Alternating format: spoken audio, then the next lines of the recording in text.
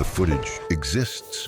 I've watched it 417 times since that night in September of 2022, and every single time, my hands shake the same way they did when I first reviewed it in the ranger station at 3 in the morning.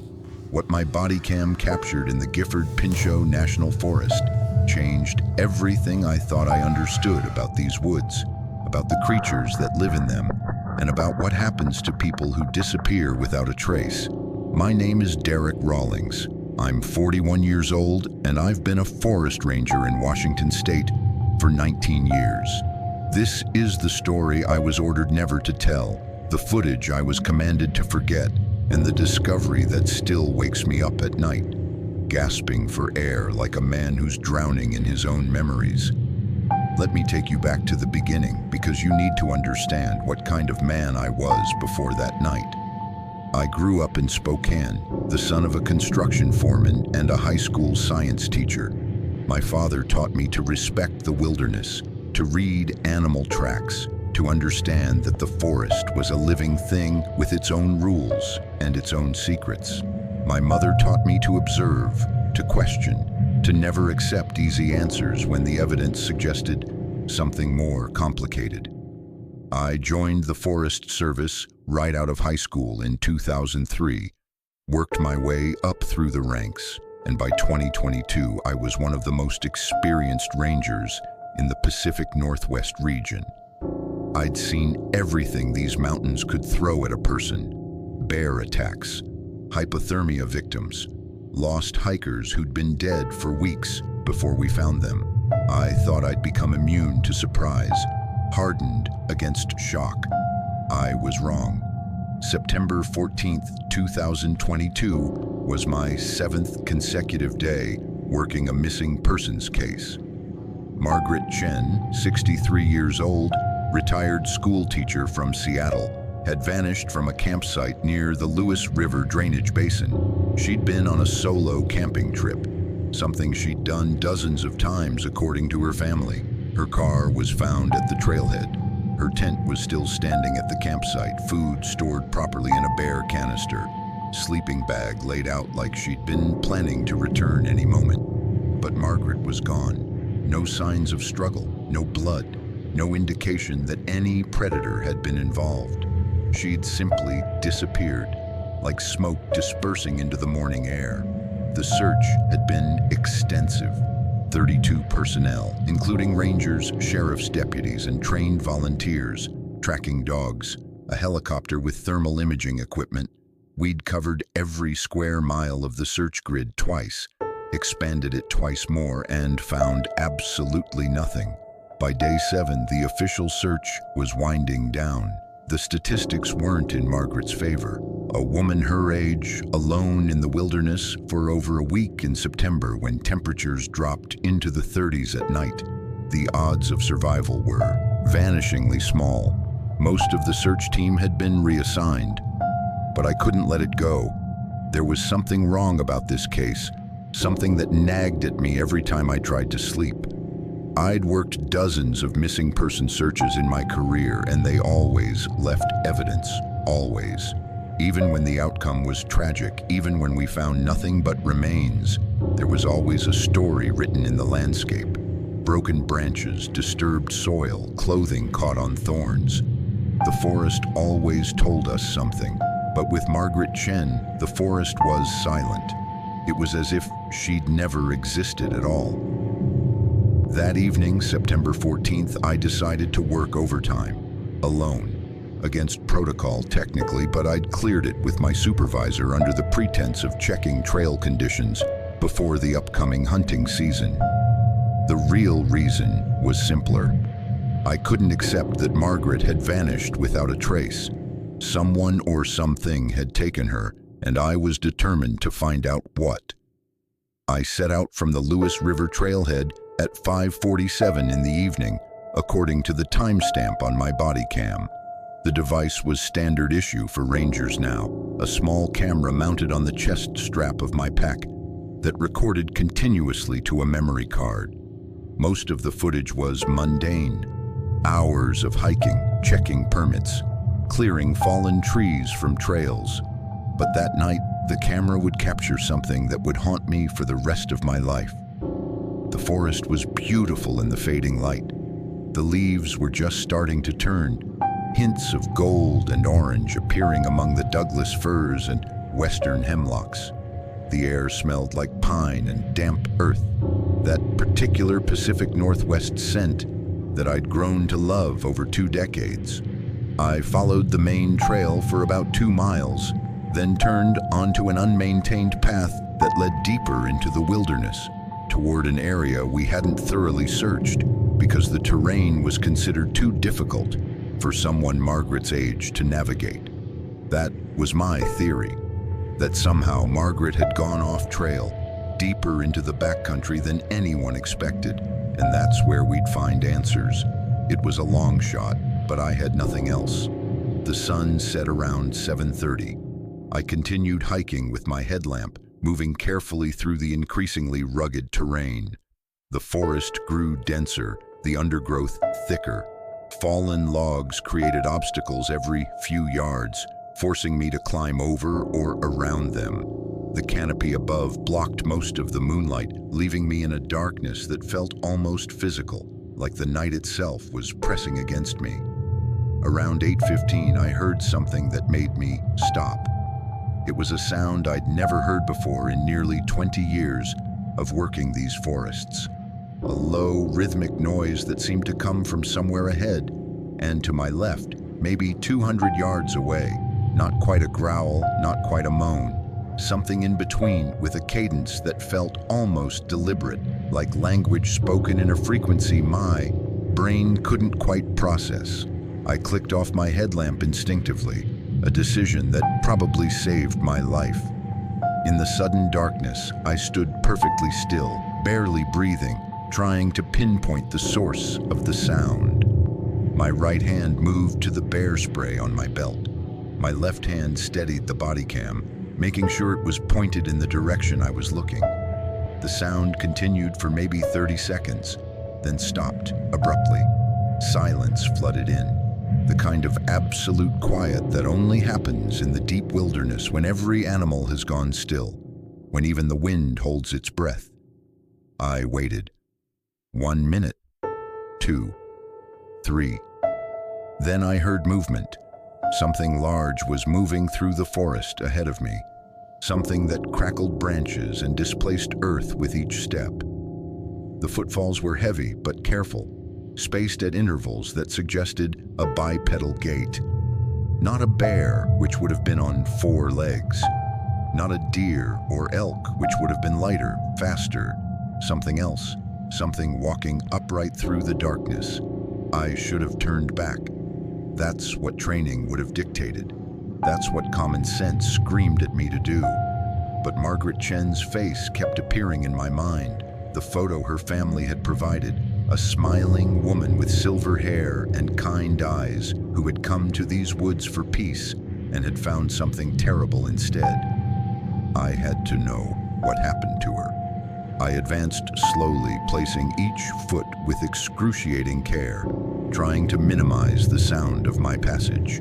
The creature ahead of me seemed unaware of my presence, or perhaps it simply didn't care. It continued moving at a steady pace, heading northeast toward a narrow ravine that cut through this section of the forest. I followed for maybe 15 minutes, keeping what I estimated was a 150-yard distance. The moon had risen higher now, filtering through gaps in the canopy and providing just enough light to navigate without my headlamp. Every few minutes, the creature would make that sound again, that low, rhythmic vocalization that made the hairs on my neck stand up. Then it stopped.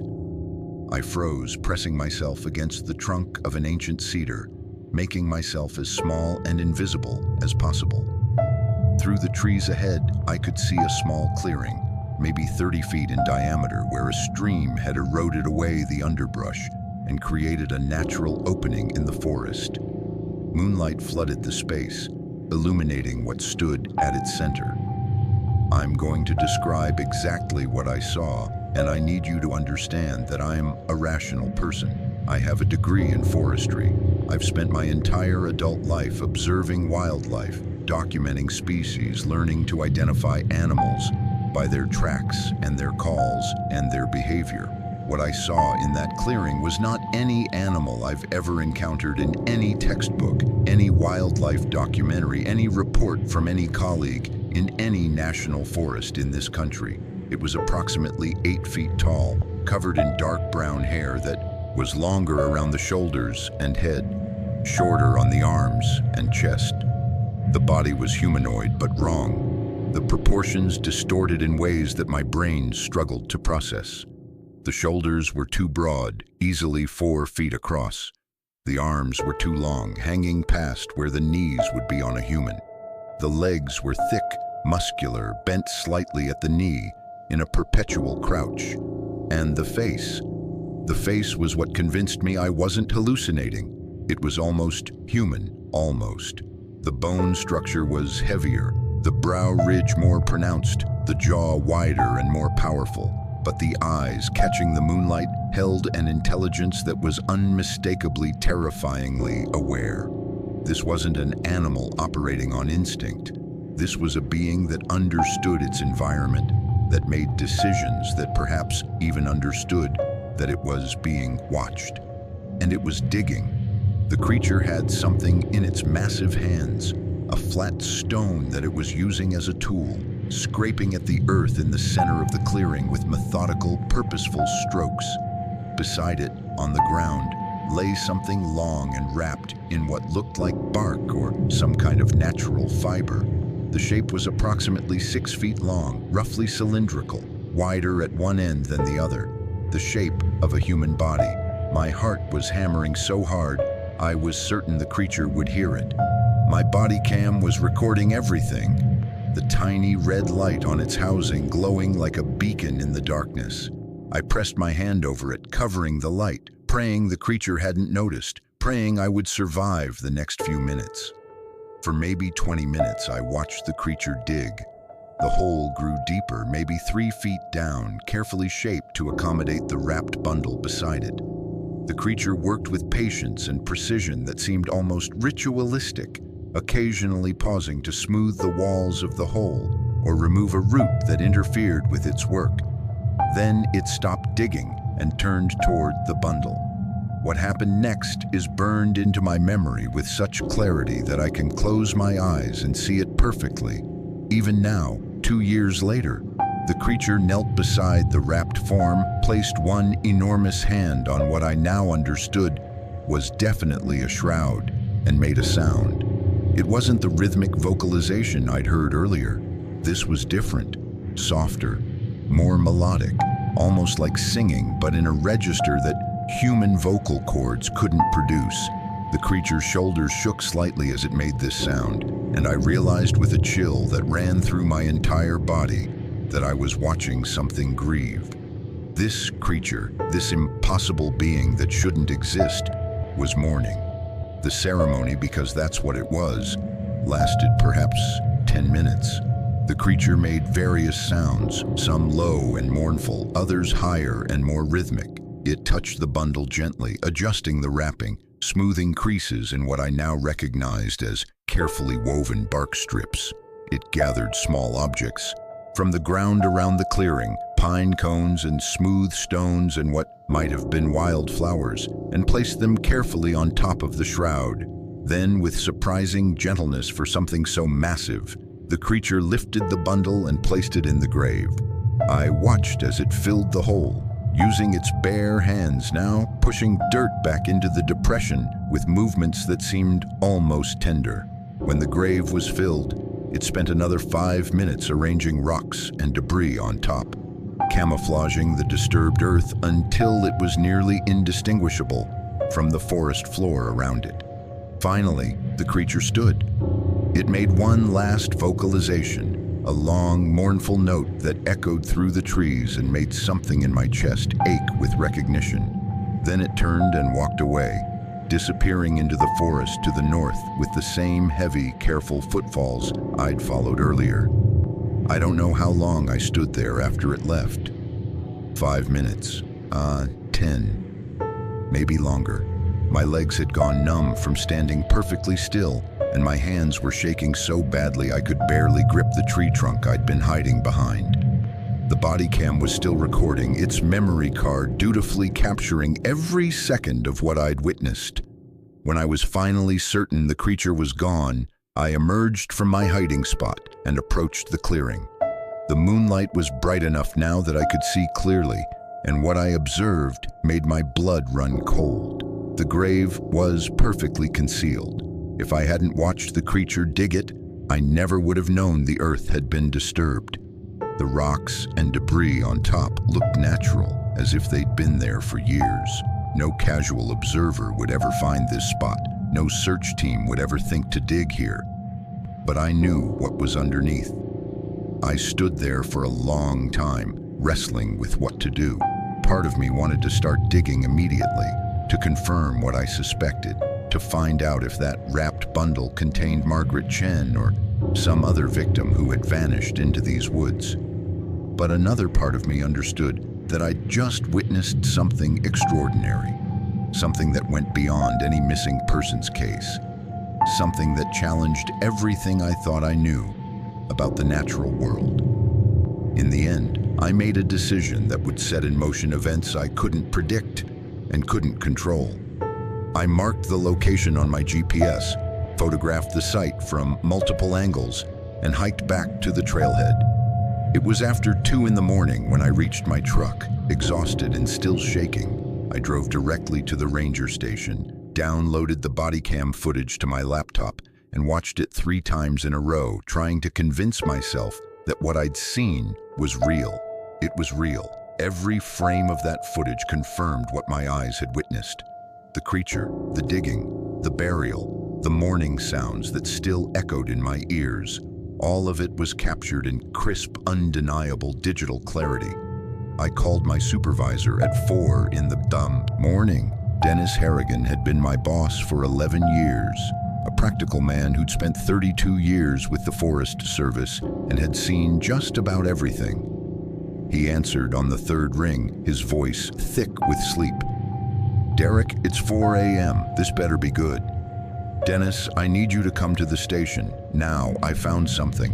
I found something you need to see." There was a pause. Dennis knew me well enough to recognize the tone in my voice, the barely contained urgency that went beyond anything I'd ever expressed in our years of working together. "I'll be there in 20 minutes, he said.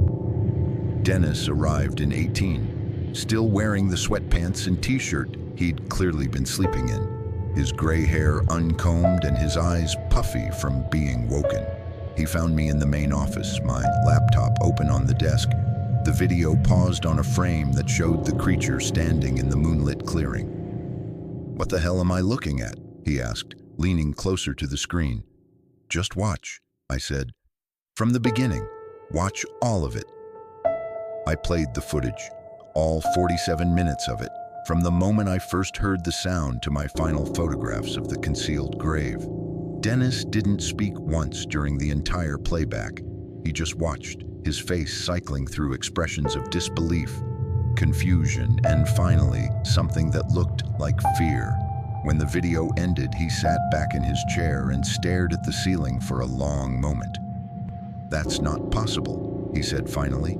"I know." "That can't be real." "I know, but it is. I was there, Dennis. I saw it with my own eyes, and the camera saw it too." "You're telling me there's a Bigfoot burying bodies in the Gifford Pinchot?" "I'm telling you there's something in these woods that we've never documented. Something intelligent enough to use tools and perform burial rituals. And it just interred what looks like a human body less than 4 miles from where Margaret Chen disappeared." Dennis was quiet again.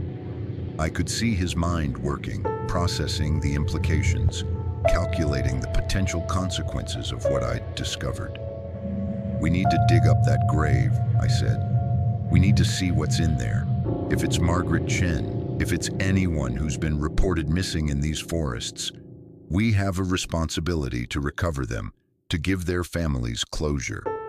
And if it's not human, if it's another one of these creatures?" That possibility hadn't occurred to me, and it stopped me cold. What if the creature had been burying one of its own kind? What if I'd witnessed a funeral for a being that science didn't even acknowledge existed? Either way, we need to know, I said after a moment. We need to understand what we're dealing with. Dennis rubbed his eyes, looking suddenly older than his 58 years. You know what happens if this gets out, he said. The media circus, the conspiracy theorists, every crackpot with a Bigfoot obsession will descend on this forest like locusts. We'll have people trampling through sensitive ecosystems, setting up camp in protected areas, armed vigilantes trying to bag themselves a cryptid. It'll be a disaster. So we keep it quiet. Small team, people we trust. We excavate the grave, identify what's in there, and then we decide how to proceed based on what we find. Dennis considered this. I could see him weighing the options, the risks, the potential outcomes. Finally, he nodded. All right, but this stays between us for now. You, me, and whoever we bring in to help with the excavation. No reports, no paperwork, nothing on the official record until we know what we're dealing with. Agreed? Agreed. We assembled our team over the next 12 hours. Dennis brought in Patricia Moreno, a forensic specialist who'd worked with the sheriff's department on multiple wilderness recovery cases. I recruited James Townsend, a fellow ranger I'd known for 15 years, one of the most level-headed and trustworthy people I'd ever worked with. We also brought Dr. Helen Nakamura, a physical anthropologist from the University of Washington, who happened to be in the area conducting research on pre-colonial trade routes. Dennis knew her professionally and trusted her discretion. We didn't tell any of them what they were walking into. Not really. We just said we'd found a potential burial site that might be connected to the Margaret Chen case and needed help with the excavation. It wasn't until we were gathered in the ranger station that evening, preparing for the hike out, that I showed them the footage. The reactions were predictable. Patricia thought it was a hoax at first, some kind of elaborate prank I was playing on them. James just stared at the screen with his mouth slightly open, not speaking for the entire 47 minutes. Dr. Nakamura watched with the clinical detachment of a scientist, occasionally asking me to pause the video so she could examine a particular frame more closely. The proportions are wrong for a human in a costume, she said finally when the video ended. The joint articulation, the way the muscles move beneath the hair, the gait pattern. If this is a fake, it's the most sophisticated one I've ever seen. But I don't think it's fake. So, you believe me, I said. I believe this footage shows something that doesn't match any known primate species. Beyond that, I'm reserving judgment until I see more evidence. She paused. But yes, Derek, I believe something extraordinary was captured by your camera. We set out at 5 in the morning on September 16th, 2 days after I'd first witnessed the burial. The 5 of us hiked single file through the pre-dawn darkness, carrying excavation equipment, evidence collection supplies, and enough provisions for a full day in the backcountry. Patricia had a full forensic kit. Dr. Nakamura brought specialized tools for careful excavation and skeletal analysis. James and I carried the heavy gear, the shovels and screens, and the folding stretcher that might be needed depending on what we found. The hike to the clearing took 3 hours. We moved carefully, trying to minimize our impact on the environment, aware that we were potentially entering territory claimed by something that didn't want to be discovered. I kept my hand near my bear spray the entire time, though I doubted it would do much good against a creature that size. The clearing looked exactly as I remembered it. The small stream, the moonlit opening in the canopy, the carefully arranged rocks and debris concealing the grave I'd watched being dug 2 nights ago.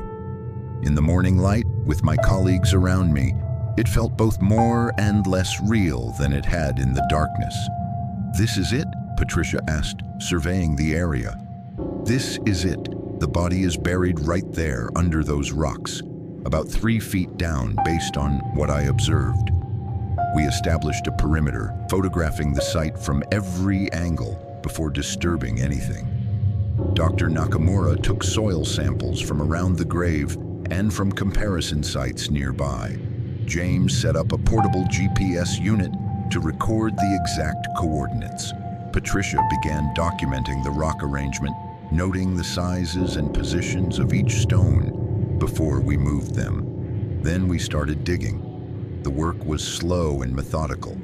Patricia insisted on approaching it like a proper archaeological excavation, removing soil in thin layers, screening everything for evidence, photographing each stage of the process.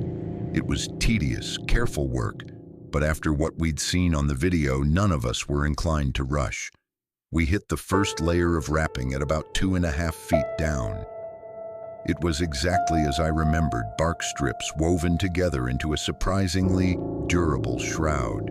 Patricia stopped us immediately, photographing the exposed material, collecting small samples for analysis. "This is deliberate construction," she said, her voice hushed. "Look at the weaving pattern. This wasn't just wrapped around something. It was made specifically for this purpose." Dr. Nakamura knelt at the edge of the excavation, examining the wrapping with evident fascination. "The technique is similar to basket weaving traditions found in some indigenous Pacific Northwest cultures," she said. "But the materials are entirely natural. No processed fibers, no dyes, nothing that would require agriculture or trade. This was made from materials available in this immediate environment." We continued excavating around the wrapped form, gradually exposing its full outline. The shape was unmistakably humanoid, approximately 6 feet long, wider at what would be the shoulder area, narrower at the feet. The wrapping was complete, sealed at both ends, with some kind of natural adhesive that had dried to a hard shell. "I need to open this," Patricia said, her voice strained. "I need to see what's inside." "Carefully," Dennis cautioned. "We don't know what condition the contents are in." Patricia used a scalpel to carefully slice through the bark, wrapping starting at the top where we assumed the head would be. The material was tougher than it looked, requiring multiple passes to cut through completely. As she peeled back the first section of wrapping, all of us leaned forward to see what was underneath. And that's when we screamed. It wasn't Margaret Chen. What stared up at us from beneath that carefully woven shroud was a face that was human and not human at the same time, frozen in an expression of peaceful repose. The skin was grayish-brown, leathery, stretched over a bone structure that was heavier than any human skull I'd ever seen. The brow ridge was pronounced, casting shadows over eye sockets that held no eyes, just empty hollows where something had once looked out at the world. The jaw was wide, powerful, lined with teeth that were larger than human teeth, but arranged in a pattern that was unmistakably meant for the same purposes as our own. Patricia stumbled backward, her scalpel falling from her hand. James made a sound that was somewhere between a gasp and a moan. Dr. Nakamura, to her credit, remained where she was, staring at the face with an expression of absolute wonder. "It's one of them," she whispered. "We found one of them." Dennis grabbed my arm, his fingers digging in hard enough to leave bruises. "We need to cover this back up," he said, his voice urgent. "Right now, before anyone else sees it." "Dennis, we can't just... Do you have any idea what will happen if word of this gets out? We're not just talking about the media circus anymore. We're talking about the scientific community, the government, probably the military. This forest will become a war zone, and whatever creatures are living here will be hunted to extinction." Dr. Nakamura stood up slowly, her eyes still fixed on the face in the grave. "He's right," she said, and the admission seemed to cost her something. "I've spent my entire career waiting for a discovery like this, proof of an unknown hominid species living in North America. surviving into the modern era. It's everything I've ever dreamed of finding, but if we make this public, we sign the death warrant for every one of them. I looked down at the creature in the grave, at the peaceful expression on its alien face, at the way its arms had been crossed over its chest with what I now recognized as deliberate care. Someone had loved this being. Someone had mourned its passing and taken the time to wrap it in a shroud and bury it with offerings of pine cones and stones and wildflowers.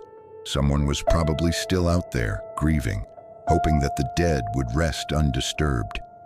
"What about Margaret Chen?" I asked. "What about her family? They deserve to know what happened to her." "We don't know that this creature had anything to do with her disappearance," Patricia said. She'd recovered somewhat, though her face was still pale. "We assumed there was a connection because of the timing and location, but we don't have any evidence that—" "She's right," Dr. Nakamura interrupted. "This individual has been dead for at least several weeks, based on the level of desiccation. The burial was performed recently, but the death occurred much earlier. This creature didn't kill Margaret Chen. If anything, I'd guess that her disappearance and the timing of this burial are coincidental." I thought about what I'd witnessed 2 nights ago, the creature digging the grave, the mournful sounds it had made, the tender way it had handled the wrapped body. Nothing about its behavior had suggested predation or violence. It had been grieving, not celebrating a kill. "So what do we do?" James asked. He'd been silent since the initial shock, but now he looked at each of us in turn, waiting for someone to provide an answer. Dennis took a deep breath. "We document everything. Photographs, measurements, samples, if Dr. Nakamura thinks she can take them without compromising the remains. We create a complete record of what we found here, and then we bury it again. We put everything back exactly how we found it, and we never speak of this to anyone outside this group." "You're asking us to commit scientific fraud," Dr. Nakamura said, "to conceal evidence of the most significant anthropological discovery in history. I'm asking you to protect a species that has survived by remaining hidden, a species that, based on Derek's footage, has burial customs, tool use, and possibly language. They've managed to exist alongside us for who knows how long precisely, because we didn't know they were here. The moment that changes, their world ends." The 5 of us stood around that open grave, the morning sun filtering through the trees, the sound of the stream mixing with bird calls and wind through pine branches. It was a beautiful day in a beautiful forest, and we were making a decision that would define the rest of our lives. "I agree with Dennis," I said finally. "I'm the one who found this. I'm the one who has the footage. And I'm telling you that what I witnessed wasn't just an animal performing instinctive behaviors. That creature was mourning. It was conducting a funeral. It has a culture, a society, a way of life that we have no right to destroy." Patricia nodded slowly. "I'm in. I've worked too many recovery cases where the families never got closure because we couldn't find the remains. But this isn't a human victim. This is something else entirely, and I don't think our rules apply." James looked at me for a long moment, then at the creature in the grave. "I trust Derek," he said simply. "If he says we need to keep this quiet, I'll follow his lead." All eyes turned to Dr. Nakamura. She was the wild card, the academic whose entire career was built on research and publication and peer review. Everything she'd worked for demanded that she document this discovery and share it with the world. She was quiet for what felt like an eternity. Then she knelt beside the grave and gently touched the creature's face, her fingers tracing the contours of its brow ridge, its cheekbones, its jaw. "Goodbye," she said softly. "I hope your people find peace, whoever they are, wherever they are." She stood and looked at Dennis. "Let's put it back, but I want copies of everything. Photographs, measurements, all of it. Not for publication, just so that someone somewhere has a record of what we found today. someone who will remember that they exist, even if the world never knows.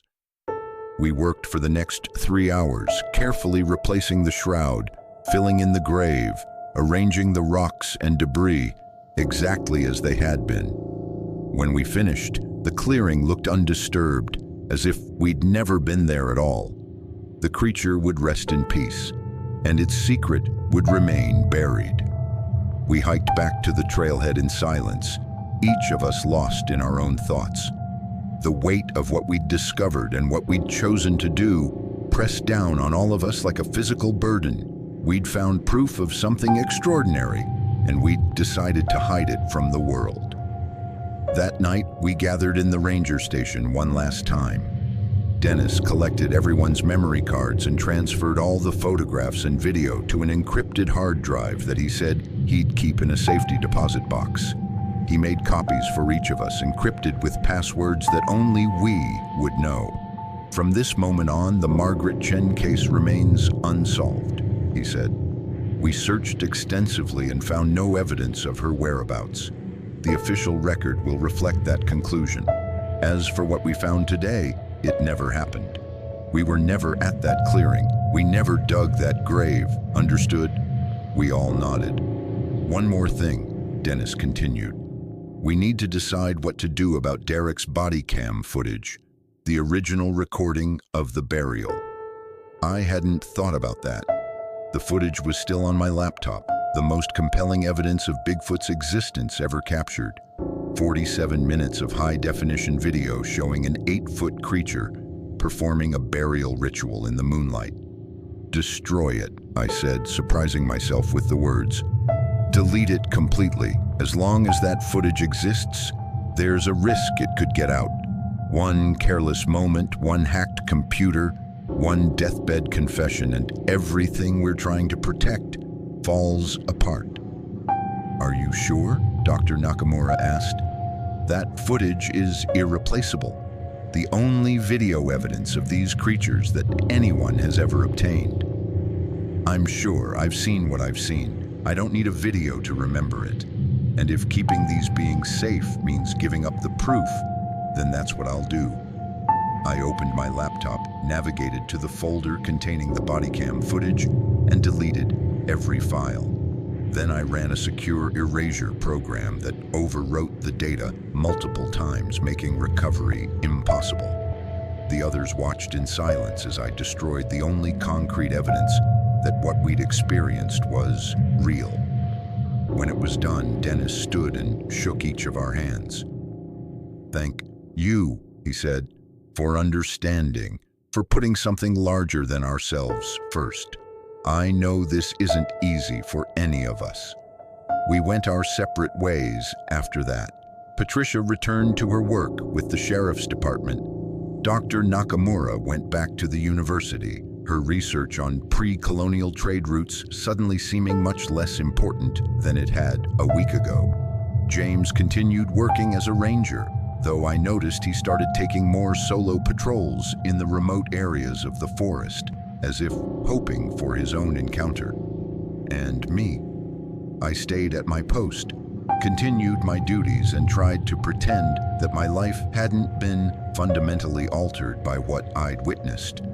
But the story doesn't end there, because Margaret Chen was still missing, and I couldn't let that go. 3 weeks after we reburied the creature, I went back to the Lewis River drainage basin, not to the clearing where we'd found the grave, but to the area where Margaret had disappeared. I told myself I was just doing a routine patrol, following up on the case even though it had officially been suspended. But really, I was looking for answers. The forest was deep in autumn now, the leaves turning brilliant shades of orange and gold, the air carrying that particular crispness that signals the approach of winter. I hiked the same trails Margaret would have used, studied the same campsites, tried to reconstruct her final days from the evidence that remained. It was on the second day of this personal investigation that I found something. About 1.5 miles from Margaret's campsite, in an area so heavily overgrown that no search team had thoroughly covered it, I discovered a small cave. The entrance was concealed by fallen trees and thick brush, invisible unless you were standing directly in front of it. I would have walked right past it if I hadn't stopped to check my GPS and happened to look up at exactly the right angle. The cave extended maybe 20 feet into the hillside, just high enough to stand in near the entrance, narrowing as it went deeper. My flashlight revealed a space that had been used, with marks on the walls where something had rubbed against the stone repeatedly, areas of flattened earth that suggested sleeping spots, even what looked like a crude fire pit near the entrance, though there was no evidence of recent burning. And in the back of the cave, arranged with obvious care against the stone wall, I found Margaret Chen. She was dead, had been for weeks based on the condition of her remains, but she wasn't lying in a heap or showing signs of predation. She was positioned carefully, her arms crossed over her chest, her body wrapped in a makeshift shroud of woven grasses and bark strips. Around her were objects that clearly hadn't originated from her camping supplies. Smooth river stones, clusters of dried berries, feathers from birds I couldn't identify, pine cones arranged in a careful pattern. Someone had buried Margaret Chen with the same ritual care that I'd witnessed in the forest clearing. Someone had found her, either dead or dying, and had honored her passing according to customs that predated human civilization in these mountains. I sat in that cave for a long time, looking at Margaret's carefully arranged body, trying to understand what had happened. The evidence told a story that was both tragic and strangely beautiful. An elderly woman, alone in the wilderness, had suffered some kind of medical emergency, a stroke maybe, or a heart attack, something that had incapacitated her before she could call for help or make her way back to civilization. And then something had found her, something that, by all rational understanding, should have viewed her as food or simply ignored her entirely. Instead, that something had recognized her as a person, had treated her death with reverence, had performed burial rites for a stranger from a species that had done nothing but encroach on its territory for centuries. I couldn't leave Margaret in the cave. Her family deserved to know what had happened to her, deserved the chance to give her a proper burial according to their own customs.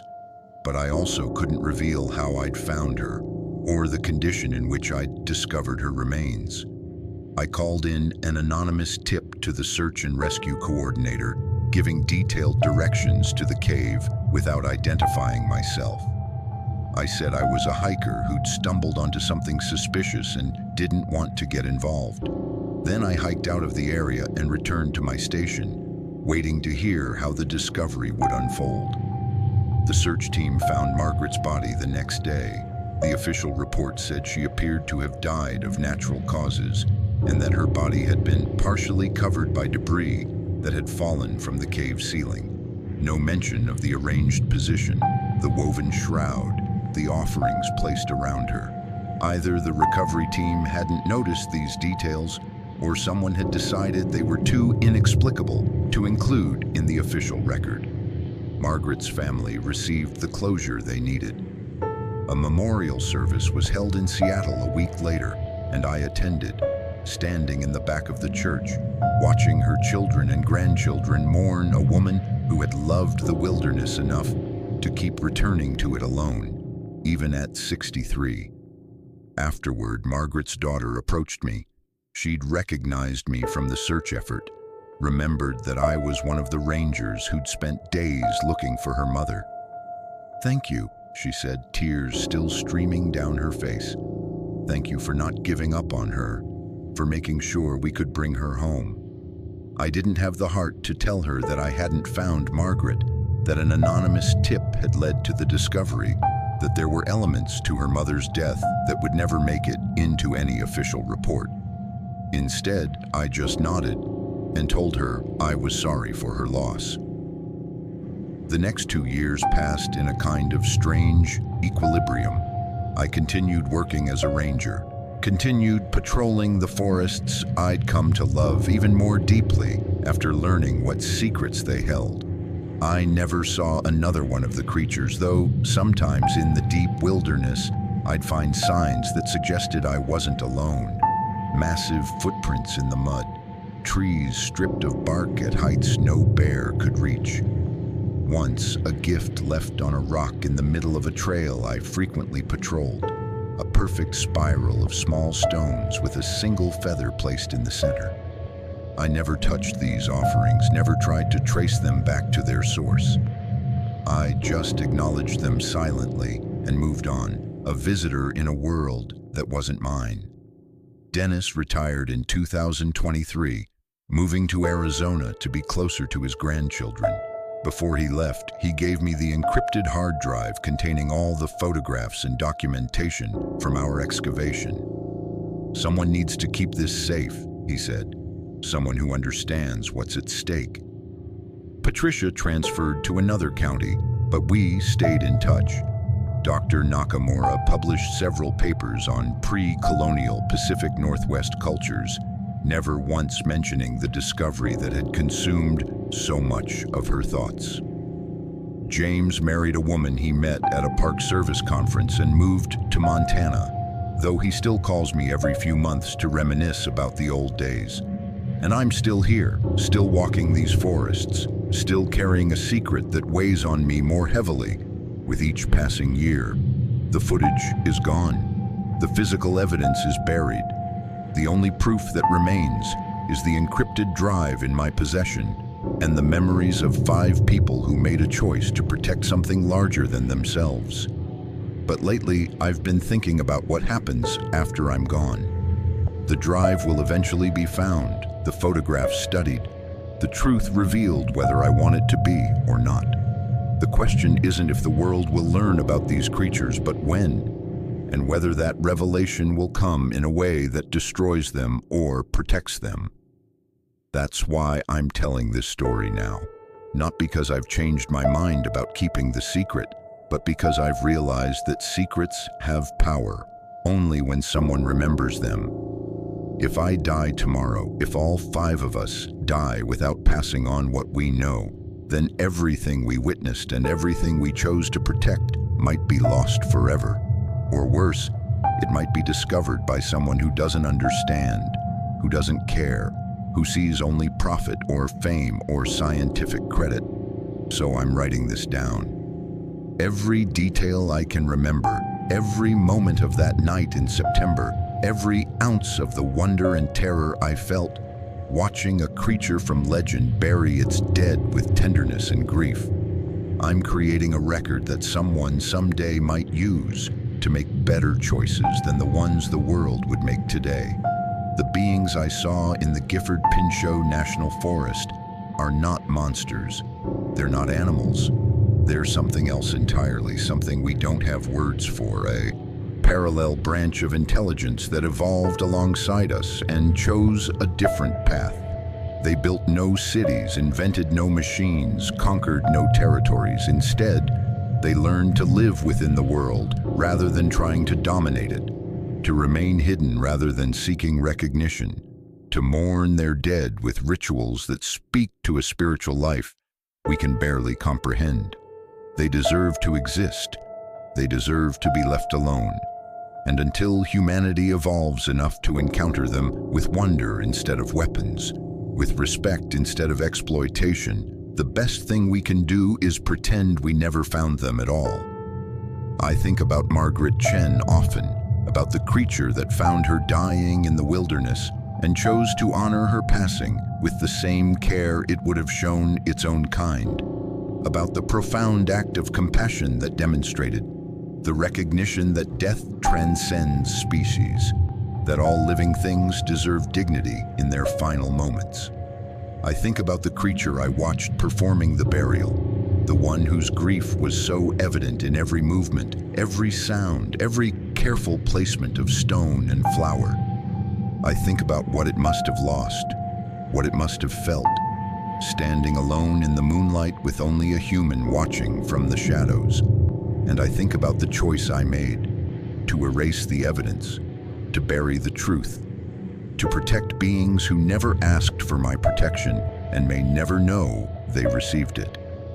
Some nights I wake up wondering if I did the right thing. The scientist in me, the part that was trained to observe and document and share knowledge with the world, still rebels against the decision. There's a discovery out there that could rewrite human history, could force us to reconsider our place in the natural order, could prove that we're not as alone as we think we are, and I chose to keep it hidden. But then I remember the face in the grave, the peaceful expression on features that were almost human. I remember the offerings placed with such care, the shroud woven from materials gathered in the forest, the mournful sounds that echoed through the trees like a prayer in a language older than human speech. There's one more thing I need to tell you, something that happened 6 months ago that confirmed everything I believed and sealed my commitment to this secret forever.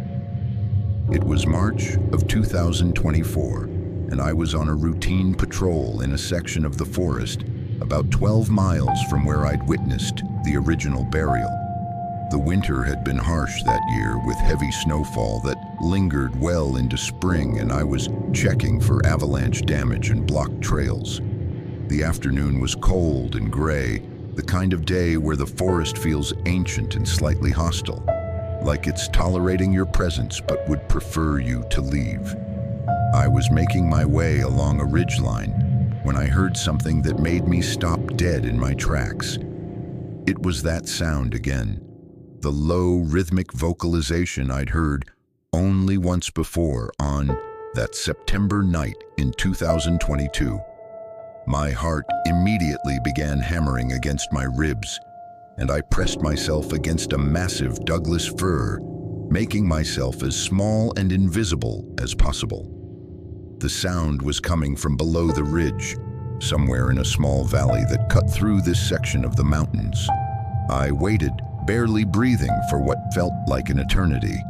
Then, moving with excruciating care, I crept toward the edge of the ridgeline and looked down. What I saw made my eyes fill with tears. There were 3 of them, 3 living Sasquatch, standing in a clearing maybe 200 feet below my position.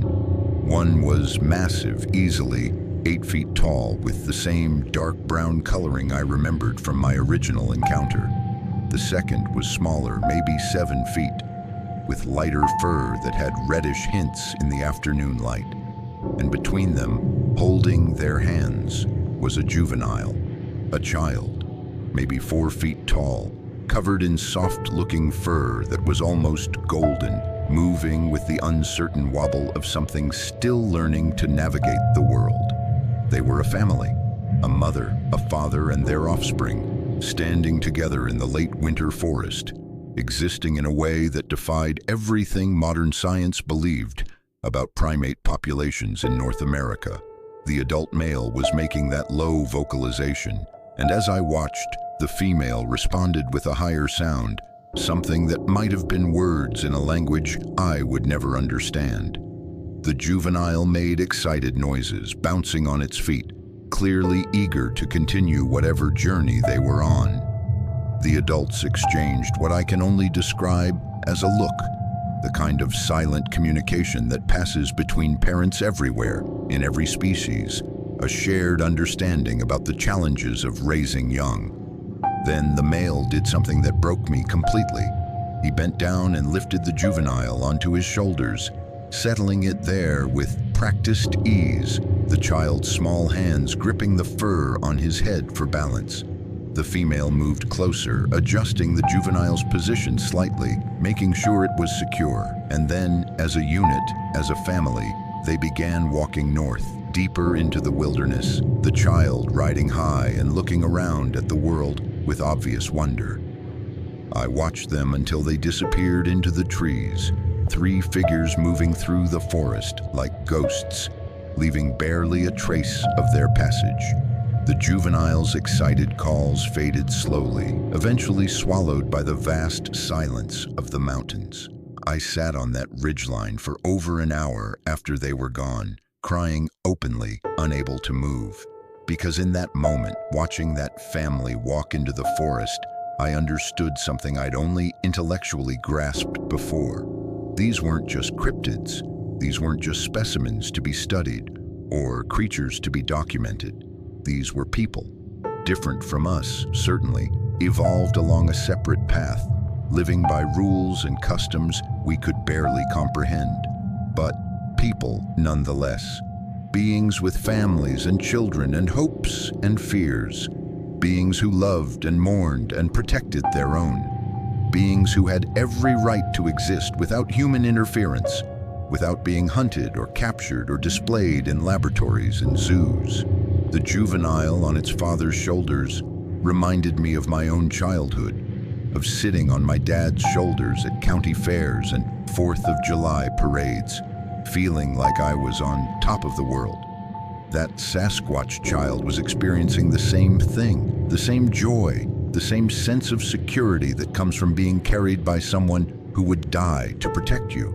The parents were doing the same things human parents do, checking on their offspring, making sure it was comfortable, sharing silent conversations about the journey ahead. In that moment, any lingering doubt about my decision evaporated completely. I had done the right thing, the only right thing.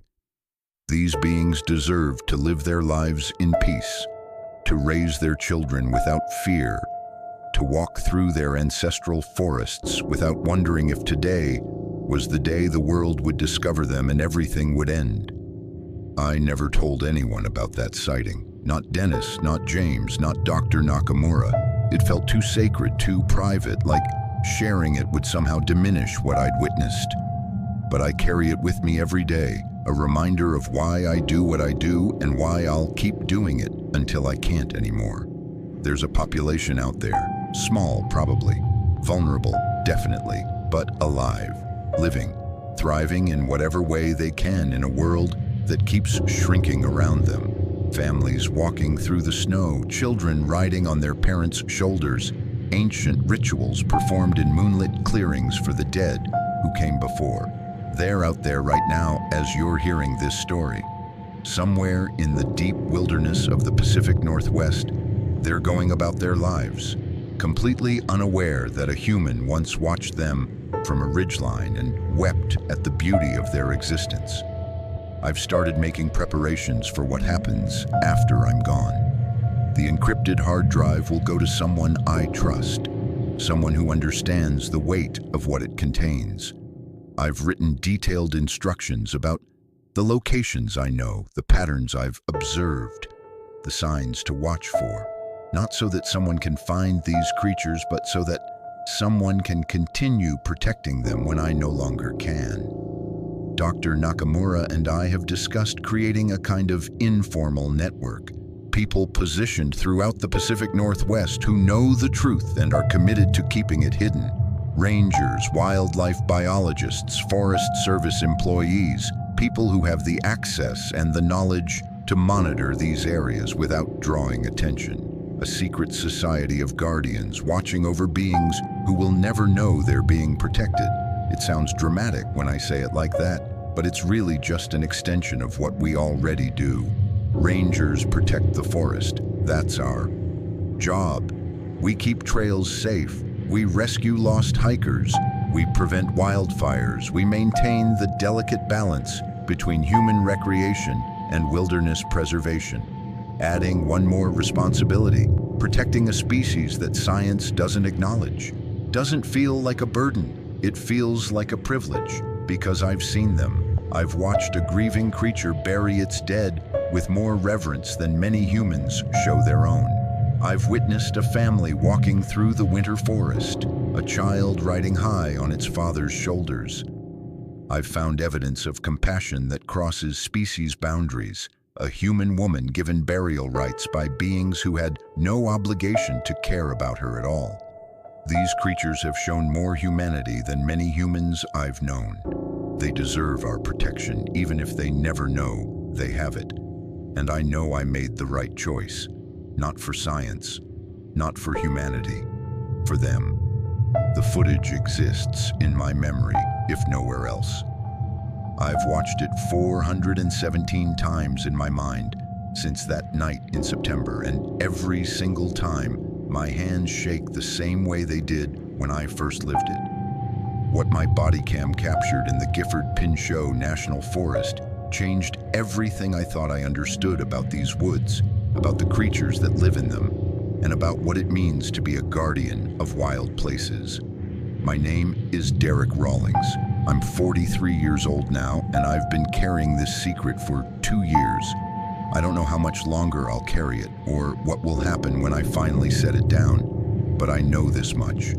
Somewhere in the mountains of Washington State, beings that the world thinks are myths are living their lives, raising their young, mourning their dead, and as long as I have breath in my body, I'll make sure they keep doing exactly that, unseen, undisturbed, and forever free. That's my story. The truth about what my Bodycam captured and what we found when we dug up that grave. Maybe someday the world will be ready to hear it. Maybe someday humanity will have evolved enough to encounter these beings with the respect they deserve. Until then, I'll keep walking these forests, keep carrying this secret, keep protecting something larger than myself. Because some things are more important than proof. Some truths are more valuable than fame. And some creatures deserve to remain exactly what they are. Legends, myths, shadows in the forest, glimpsed from the corner of the eye and gone before you can be certain they were ever there at all. That's how it should be. That's how I'll make sure it stays. And if you ever find yourself in the deep wilderness, in the places where the trees are old and the trails fade into nothing, remember what I've told you. Watch for the signs, listen for the sounds. And if you're lucky enough to witness something extraordinary, something that challenges everything you think you know about the world, make the choice I made. Keep the secret, protect the mystery, let the legends remain. Legends, because once they become facts, they become targets. And once they become targets, they become extinct. The creatures in these forests have survived for thousands of years by staying hidden. The least we can do is help them stay that way. The least we can do is let them live.